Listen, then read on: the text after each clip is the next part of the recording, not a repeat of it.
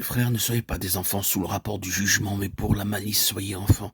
Et à l'égard du jugement, soyez des hommes faits. 1 Corinthiens 14, 20.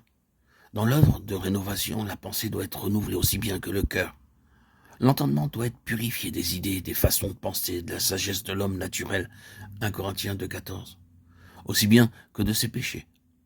Seulement ainsi le Seigneur peut mettre sa loi dans le cœur et transformer par le renouvellement de la pensée afin de faire discerner quelle est la volonté de Dieu. Romains 12, 2.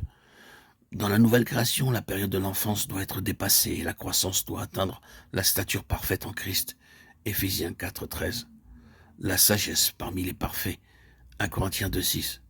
Le mot parfait qu'emploie l'apôtre s'applique ici au complet développement de l'individu. Parfait est le contraire de bébé. L'apôtre travaille afin de présenter à Dieu tout homme devenu parfait en Christ. Colossiens 28. La caractéristique de ceux qui ont atteint la maturité, c'est une pleine intelligence pour connaître le mystère de Dieu. Colossiens 2, 2. Ils peuvent connaître la pensée de Dieu aussi bien que son cœur et entrer dans l'accomplissement de ses desseins comme le peuvent des hommes parfaits, de sorte qu'ils prient non seulement par l'esprit mais aussi avec l'intelligence. 1 Corinthiens 14, 15. L'intelligence renouvelée est tout d'abord une intelligence saine. Ce n'est pas un esprit de timidité que Dieu nous a donné, mais un esprit de force, d'amour et de sagesse.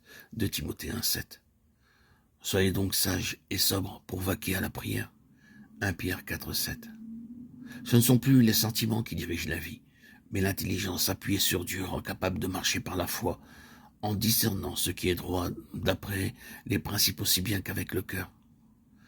Une intelligence saine ne donne plus une importance excessive aux expériences glorieuses. Elle n'a plus besoin de voix, de signes, d'impressions pour être guidée, car elle discerne avec toujours plus de netteté la ligne de démarcation entre le bien et le mal, et elle choisit immédiatement la voie de l'obéissance, quoi qu'il puisse lui en coûter. Il n'est plus nécessaire qu'on lui présente des raisonnements, qu'on la pousse, qu'on fasse miroiter la récompense, qu'on fasse appel aux sentiments, et elle ne songe plus à peser les conséquences possibles pour se décider à faire ce qui est droit. Elle est gouvernée par un principe intérieur qui vient de celui dont le sceptre est un sceptre d'équité. Servant le Seigneur en toute humilité, acte 20, 19. Quiconque a atteint la maturité a perdu toutes ses illusions sur soi-même et il comprend profondément en toute humilité qu'il doit collaborer avec Dieu, selon la mesure de foi qui lui a été départie. Romains 12, 3.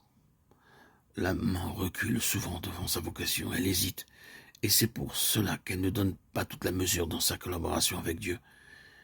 Il faut qu'elle reconnaisse sa vocation, afin qu'en toute humilité, elle soit dans le cœur de Christ, ce que Dieu attend d'elle.